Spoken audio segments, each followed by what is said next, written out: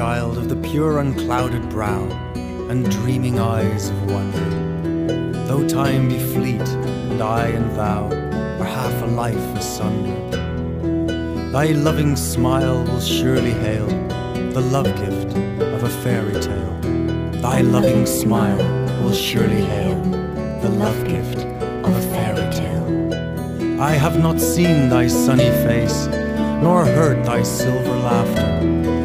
No thought of me shall find a place in thy young life's hereafter. Enough that now thou wilt not fail to listen to my fairy tale.